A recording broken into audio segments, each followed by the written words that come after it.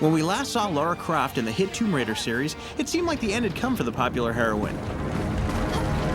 She had a very, very near scrape with death at the end of the last Revelation. The temple collapsed around her and her body's been missing, presumed dead, so... We wanted to leave the viewing public on a sort of cliffhanger. Did she die? Didn't she die? And us saying that she was lost, presumed dead, was a way for us to sort of get Lara to refocus on her own life, you know, look back into herself about her priorities, what's important. So needless to say, she is alive and well, and she's going to come out guns a-blazing.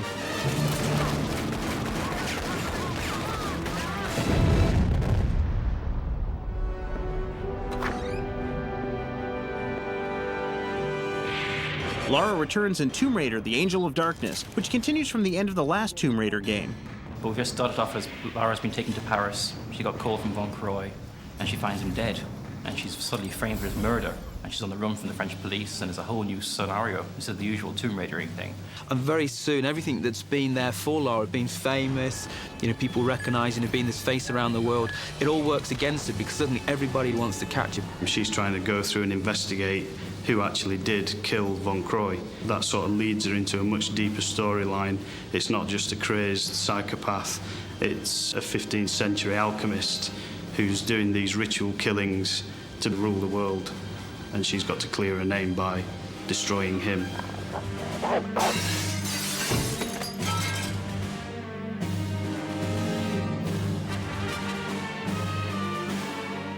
As Lara sets out to find Von Croy's killer, she finds that her ordeals have weakened her and that she needs to build up her strength and skills again.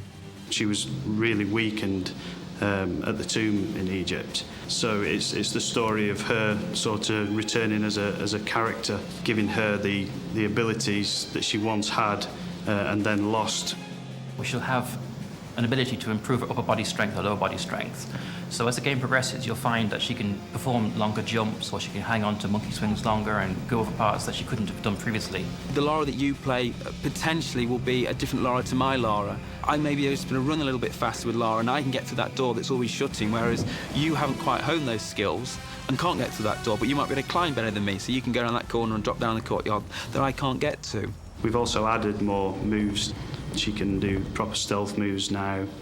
She's got a lot of hand-to-hand combat in there, punching, kicking. She can sneak around corners. She can take enemies out and then sort of hide again.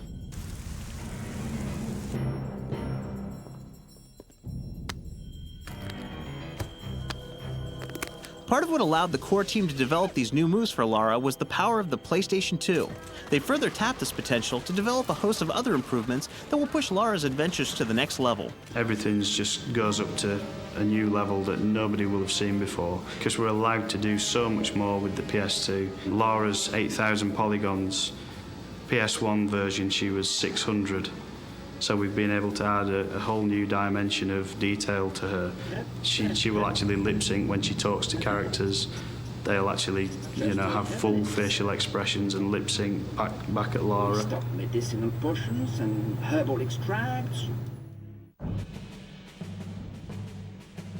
This Tomb Raider game is a lot darker than previous games, as in the storyline is much more sinister. So the mood, the atmosphere is something that we've been very keen to create. I think that lends itself to the lighting system. So we've tried to beef up the lighting a lot by adding the shadow maps. In certain areas we've got really very realistic shadows casting across the floor from objects, from Lara, other enemy characters. Everything casts shadows onto everything. Makes a hell of a difference.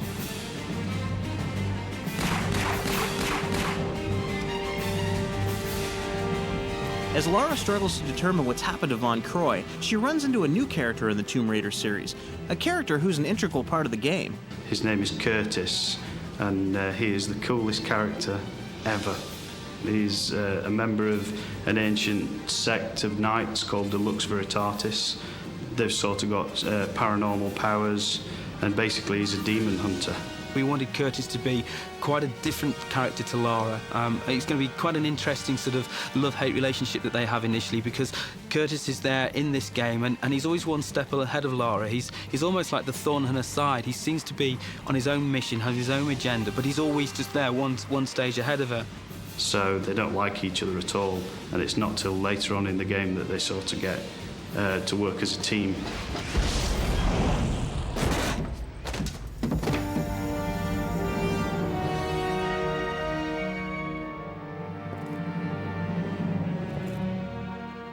One of the hallmarks of the Tomb Raider series has always been the creative use of puzzles in the game, and Angel of Darkness is no exception. And as we have looked at what people have enjoyed playing in Tomb Raider, it has actually been that sort of hard-edged puzzles. It's been that standing there, knowing where you've got to go, but trying to work out how to solve that puzzle. Also, we've got those sudden death sort of things where if you just don't get it right, she begins to fall, you know, you've got that timing just to grab that ledge or grab that precipice just before she plummets to her death.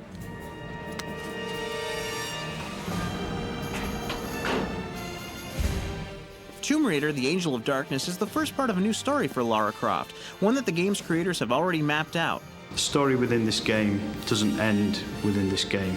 And this is very much, you know, the first few chapters of the book, if you like. There's a lot of unanswered questions that we've already planned for future titles. It sounds like the team at Core have plenty of adventures in store for us in the future. Be sure to check out the start of this new era for Lara Croft when Tomb Raider: The Angel of Darkness hits stores late April.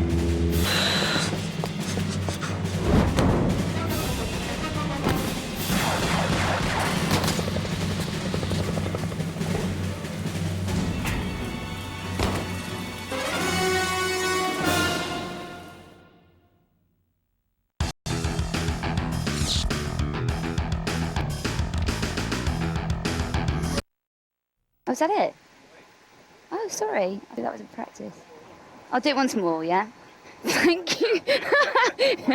Tribe called the Bedouin Tribe. Oh, sorry, Strike. Sorry. Strike.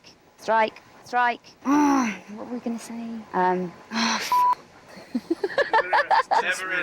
We had a sinister client. Sorry. Don't sweat it, Strike. kid. Can I write something? Can we... Hang on, wait a minute, Yeah. darling. Sorry, I'm...